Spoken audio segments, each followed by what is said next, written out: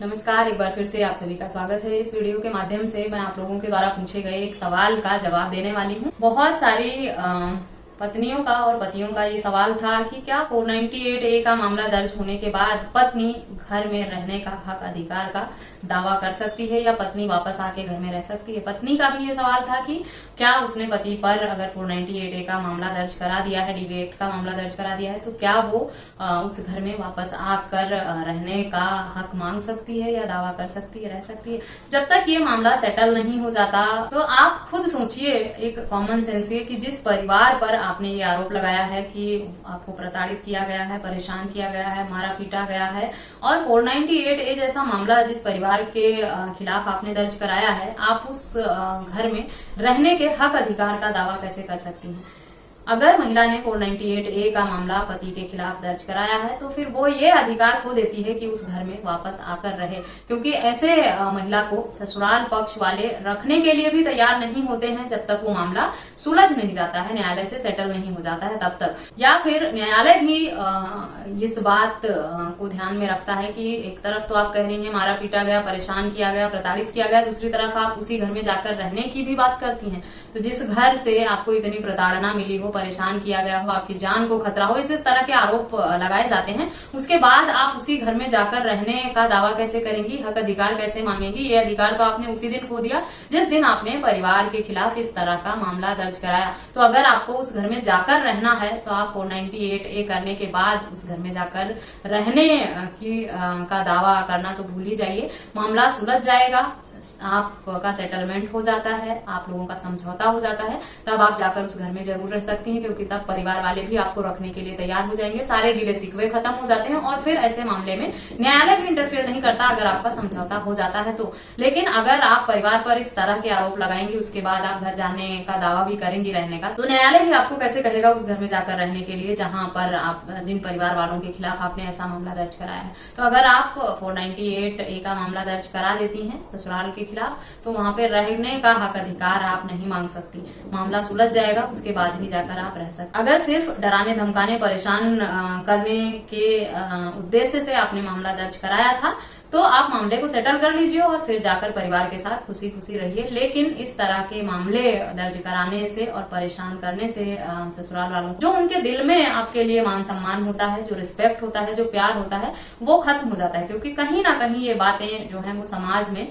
बुरी तरह से फैलती हैं और लोगों को लगता है कि उनकी बदनामी हुई है, उनके जो घर की व्यक्तिगत बातें थी वो पब्लिक हुई हैं और उन्हें पुलिस और कोर्ट तक चक्कर लगाने पड़े हैं। तो ऐसे में कई बार मामला सुलझता भी नहीं है, क्योंकि ससुराल पक्ष जो है लड़की के वो काफी नाराज हो जाते हैं कि किसी ऐसी महिला को हम दोबारा घर में रखना ही नहीं चाहते जिसने हमें कोर्ट कचहरी तक घसीटा हो और हम पर ऐसे आरोप लगाए हों, वो भी बेवजह। और इस डर से भी वापस नहीं लाना चाहते कि आज इसने इस तरह के आरोप लगाए हैं, कल ये कोई बड़ा आरोप भी लगा देगी, घर में और भी मेंबर हैं उनके खिलाफ भी कुछ भी बोल देगी। तो इस डर से भी जो महिलाएं हैं उन्हें ससुराल में वापस एंट्री नहीं मिलती है। तो 498A करने का महिलाओं को बहुत सारा नुकसान भुगतना पड़ता है और वो बहुत सारे तरीके से होता है। इसीलिए परिवार अगर बसाना है, घर चलाना है और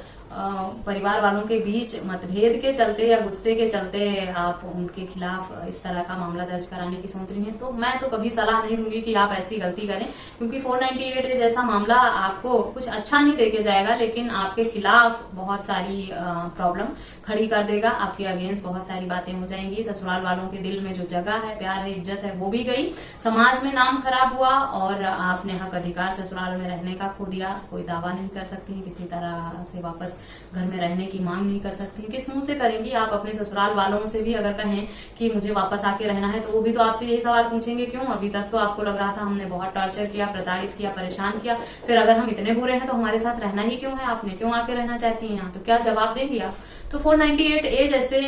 मामले का क्या फायदा मिलता है महिलाओं को? लोग इस तरह की गलती करते क्यों हैं? अगर कोई विवाद है, गुस्सा है, नाराजगी है, तो थोड़ा गैप बना लो, कुछ दिन दूर रहो, अलग रहो, घर में जो बड़े लोग हैं उनसे सलाह लो, मीडिएशन की जरूरत हो, काउंसलर की जरूरत हो तो बहुत सारे फैमिली काउंसलिंग सेंटर हैं। अगर कोई बात दिल पर लगी है, गुस्सा आया है या मन पे किसी भी तरह का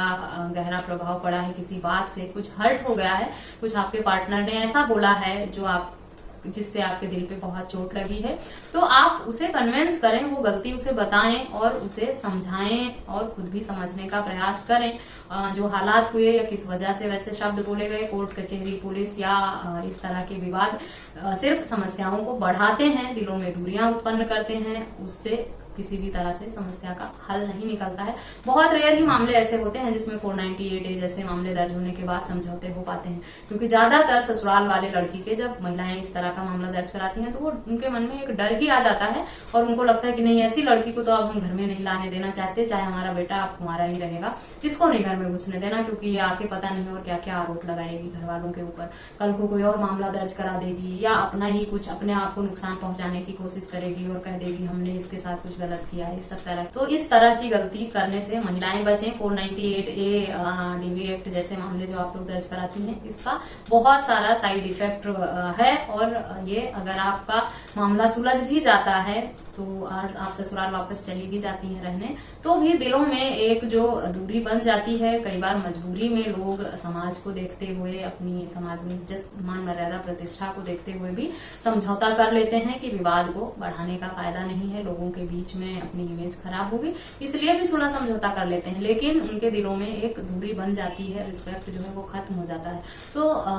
कहीं से भी जितनी बातें मैंने बताई आपको लगा ही होगा कि कोई भी 498A करने के बाद किसी भी महिला को कोई फायदा नहीं है सिवाय नुकसान के। तो अपने जिंदगी का फैसला बहुत सोच समझ कर लेना चाहिए, किसी के बहकावे में भड़कावे में आकर बिल्कुल भी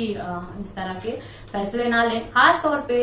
किसी के मान सम्मान और किसी की सामाजिक छवि से जुड़ा हुआ फैसला अगर है तो उसे जल्दबाजी में कभी भी नहीं लेना चाहिए, क्योंकि आपने एक बार किसी पर इस तरह का आरोप लगाया, उसकी छवि खराब कर दी समाज में, लोगों में, तो आप उसे ठीक करने की कितनी भी कोशिश कर लें पर वो कहीं ना कहीं अपना इफेक्ट छोड़कर ही जाती है और वो जिंदगी भर तकलीफ ही देता है। आपका रिश्ता बनेगा भी तो कहीं ना कहीं दिल में ये रहेगा कि इसकी वजह से मुझे ऐसे दिन देखने पड़े थे या इसकी वजह से मुझे ये झेलना पड़ा था, ये भुगतना पड़ा था। तो इस तरह की गलती करने से महिलाओं को बचना चाहिए और 498A करने के बाद तो वो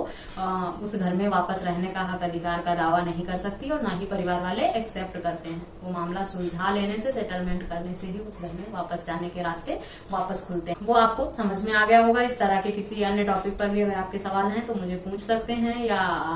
आप कोई जानकारी चाहते हैं तो मुझे ईमेल, व्हाट्सएप या कमेंट करके जरूर बताएं। मेरे चैनल पर नए हैं या अब तक मेरे चैनल को सब्सक्राइब नहीं किया है तो प्लीज सब्सक्राइब करके बेल आइकन को जरूर प्रेस करें, ताकि इस तरह की और इन्फॉर्मेटिव वीडियोज आपको घर बैठे मिलती रहें। इस वीडियो में बस इतना ही, मिलते हैं नेक्स्ट वीडियो में। तब तक के लिए थैंक यू एंड बाय।